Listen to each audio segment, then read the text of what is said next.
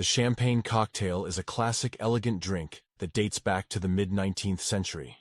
It's a simple yet sophisticated cocktail that adds a bit of flair to any celebration or special occasion.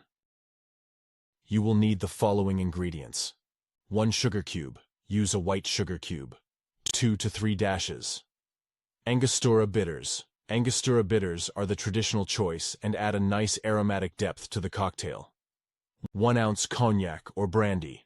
Optional, but adds a richer flavor. 4 to 6 ounces champagne. Use a well-chilled bottle of good quality champagne.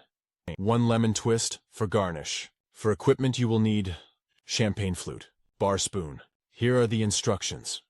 Place the sugar cube in the bottom of the champagne flute. Douse the sugar cube with 2 to 3 dashes of Angostura bitters. Optionally, add 1 ounce of cognac or brandy over the sugar cube.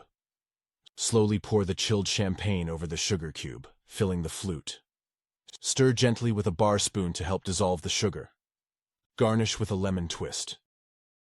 The champagne cocktail was first mentioned in Jerry Thomas's 1862 book, How to Mix Drinks, making it one of the oldest known cocktails still enjoyed today.